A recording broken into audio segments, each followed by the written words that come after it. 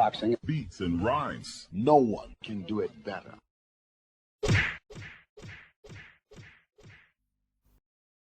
Omari Jones really is the full package, like from the way he looks, the way he talks, the way he carries himself, the way he represents his city and his people, and the way he fights. He's an incredible talent. Welterweight could be tight with that bone structure for Omari Jones. Made his debut, second round stoppage, didn't put a foot wrong. 22 years of age, seems very mature for a 22-year-old. 5'11", they haven't listed his reach. The right cross was very impressive. The 1-2s, combination punching, the footwork. Alessio Mastrononcia, his opponent, 14 wins, 4 KOs, 6 losses, from Italy. Hadn't fought outside Italy and France. Was no match. Was no match at all. So we don't want to go overboard, but he thrilled his hometown crowd with that punching display. They said it was a premature stoppage. Premature for who? The second round just started and Omario reeled off a 4-5 punch combination. Premature for who? This ain't a world title fight. How much punishment do you want the Italian kid to take? I mean, he was hurt 2 or 3 times in the first round, and he wasn't getting hurt by one punch. They were coming in multiples. Hand speed. The Italian's eye was cut pretty badly in the first, and they struggled to staunch the bleeding. I like the way he started the second with that jab, man. And the straight punches, like 6 or 7. The finish was like, whew, clinical, accuracy. Want to see more. Eddie's probably rubbing his hands with glee to have a kid who can fight. We've got to see how tough he is. We've got to see if he can take a punch and all that good stuff, but he can fight. Aesthetically, he looks the part, and that is important. Talks well, got a good relationship with his dad and his coach. Hey, it's all good. Has Eddie got a sugar Ray Leonard on his hands here? Boxing, Beats and rhymes. no one can do it better.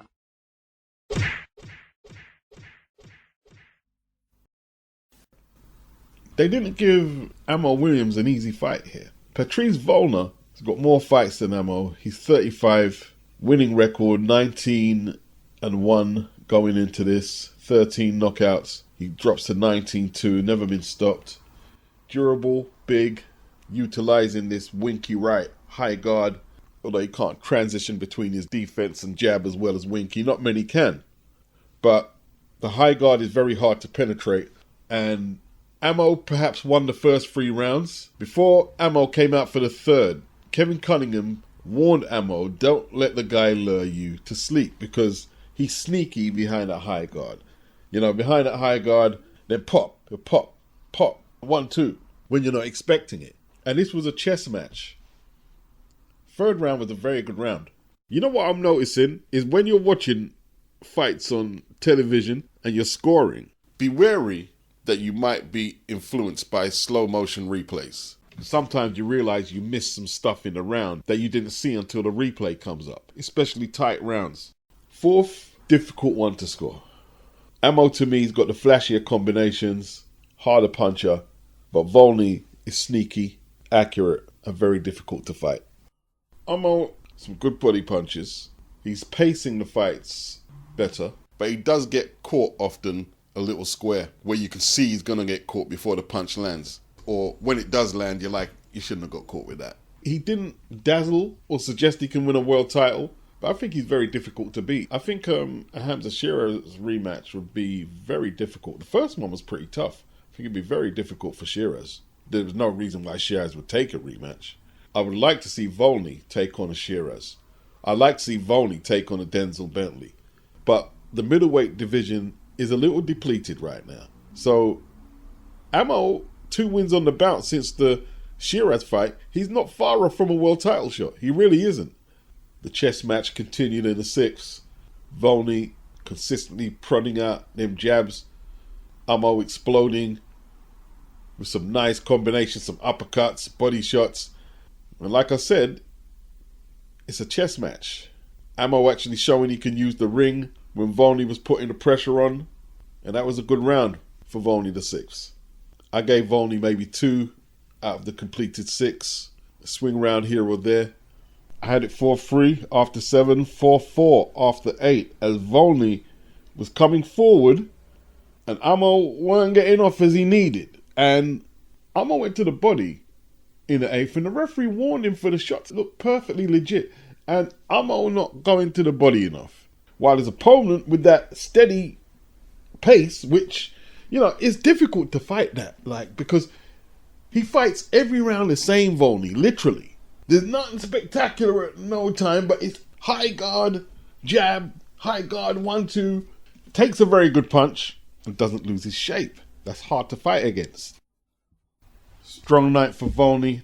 That right uppercut punctuated his success. The 10th, I thought Amo kept his composure together and countered pretty well. I had it dead even at 10. 2 rounds to go.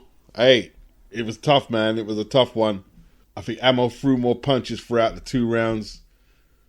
Could have went either way. I didn't agree with the wide 110, 118, 112, 116, 113, 115 from Mike Ross. Seemed more in tune with reality. Fred Flutie with his 110, 118 is having a bubble, isn't he? But Amo gets the decision. It's unlikely they're going to go against the home fighter who they've invested in like that. When I say they, that's insinuating potential corruption. It was a close fight and a very good one. I heard some people say the fight was boring. I said, I don't know, maybe for some people they need to see someone stretched out and both fighters lumped up for it to be a great one. And I'd like to see VOLNY again in relatively high-profile fights. Like I said, Eddie Hearn said VOLNY was world ranked, but I didn't see him in none of the sanctioning body rankings. But on the broadcast, they said BoxRec had him in the rankings. Tough fight for Amo, but it's the type of fight that lets you know that you still have a lot to work on. It also lets you know that you can keep your focus, and when it gets tough, you have the ability to respond. So I think it was a good fight for Amo, personally. I think it was a very good fight for Amo. I'd like to see Amo, Denzel Bentley next. I'm doing lists on this video of fights I want to see. Amo and Denzel Bentley is on my wish list right now. Boxing, beats and rhymes. no one can do it better. I think it was expected that Doheny might have some success early, and I wasn't too concerned that Bull was outboxing a few of the early rounds. I think he was just drawing the sting out of the 38-year-old Doheny.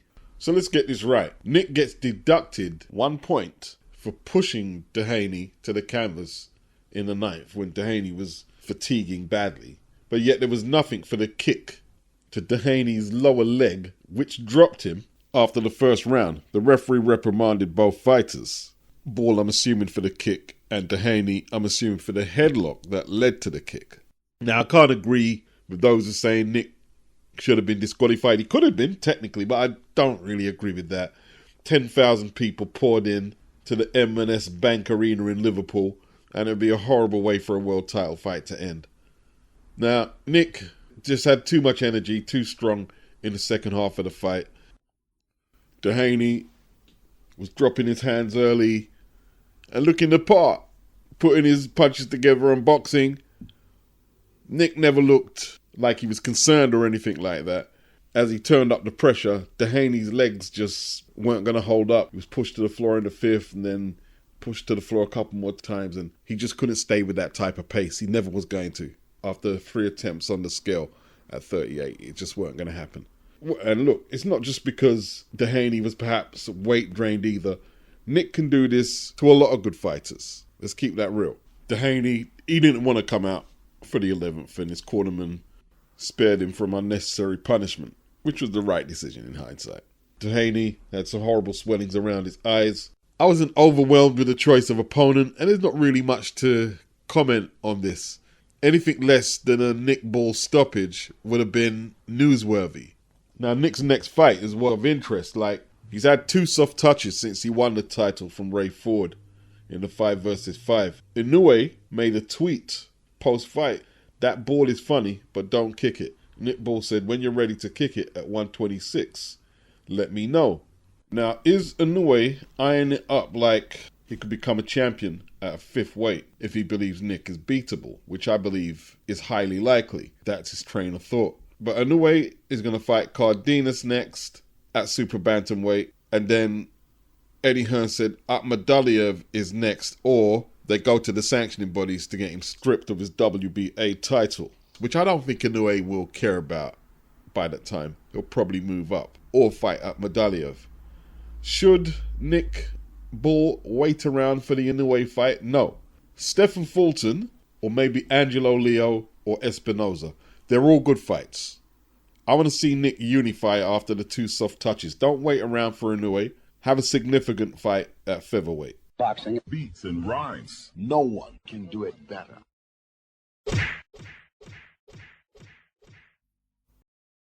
Edgar Berlanga has just been complaining throughout the build-up with his fight with Jonathan Gonzalez Ortiz about not being in the co-main event. Is he putting too much stock into his losing effort against Canelo? Perhaps. He dropped Ortiz 3 times and stopped him in the first round. It was a horrible mismatch, and, you know, before the fight, Eddie Hearn said, and this could be a difficult fight as well, like, I guess trying to deflect from all the complaining that Berlanga was doing about him, not getting him the type of fight he wanted. Like, he wanted to fight William Skull. Eddie said William was asking too much, and then you'd also have to pay Berlanga his purse too. Eddie revealed after that Gonzalez, who turned pro in 2009, spent 10 years in prison, and that's why he's only had 20 fights in 15 years. In the time he was in prison, he blew up to 304 pounds. Is that possible in prison? Do they feed them that much in prison? I wouldn't know. And, you know, he's done well to get all that weight off, but this ain't Weight Watchers. You've got to be in fighting condition, and he clearly was not. And, you know, it's not like Edgar was knocked out against Canelo. He was on his feet at the finish, and there was nothing to suggest that he needed to be matched extra cautiously because he took too much of a beating. He did take a bit of a beating, but what was the point? That's not to say Edgar can't bang. He can bang. And when you get the combination of Ortiz being woefully overmatched and Berlanga being a good puncher, at least on a certain level, you're going to get endings like this. That's exactly what you're going to get. And like Boxing Scene is saying, truth be told, Ortiz, who fell to 21-1, that's his first loss, 16 inside the distance, had no business being in the ring with a former world title challenger such as Berlanga. And it outlines his undefeated record masked the fact that he had spent a full 10 years out of the ring prior to 2 outings in 2024. Hearn acknowledged that nobody was happy with the matchup, but he expressed hope that it would prevent Berlanga from re-signing with MATCHROOM. You know, Berlanga outlined a few opponents that he was targeting, but I tell you what, man, if he gets one of them in the ring, I'll discuss his fights further. I don't want to break down what he did and what he didn't do in the ring. It was a terrible fight. He wants Jamal Charlo because Charlo is inactive. He's never fought at super middleweight, and more than likely right now, he'd knock Charlo out. Caleb Plant would be the better fight. Munguia, he's going to take the French guy on. Caleb Plant would be a good fight for Edgar Berlanga. The Florida Athletic Commission, the matchmaker Kevin Rudy, Melvin Rivas, the promoters Omari Piadra and Eddie Hearn. You done fucked up, you know that, don't you? How do you let someone who just fought for world titles fight someone at this level for a belt? Old Speedy Gonzalez, 2014 he went to prison. He came back in 2024, defeated someone with a 5-23-0 record. Then his next opponent had a 14-5-0 record and has been stopped 5 times out of his 6 losses. And the WBO, NABO title was at stake. You're putting forward contenders like that for one of your straps. Now, I don't think the belt was available to Edgar because he didn't make weight. And this is an issue with the sanctioning bodies. And this has got to be the year they shape up or ship the f*** out. How are you going to sell this as any kind of title fight? Seriously. Where's the media grilling these promoters and sanctioning bodies? Do your job. Let's stop asking Conor Benn about eggs and do your job. And here's the thing. Most people don't want to eradicate all the sanctioning bodies. They just want to see more unifications, more undisputed fights. They don't want to see elite fighters like Crawford and Usyk stripped of belts. Not because they were scared to fight anybody, but because of alphabet body politics and all these super regular whatever belts, which were supposed to protect undisputed champions from getting stripped with their mandatory obligations. They've just turned it into a sanction fee grab with their WBO, NAT, whatever belt, and got guys like Jonathan Gonzalez Ortiz fighting for them. Absolute shambles. Boxing beats and rhymes. No one can do it better.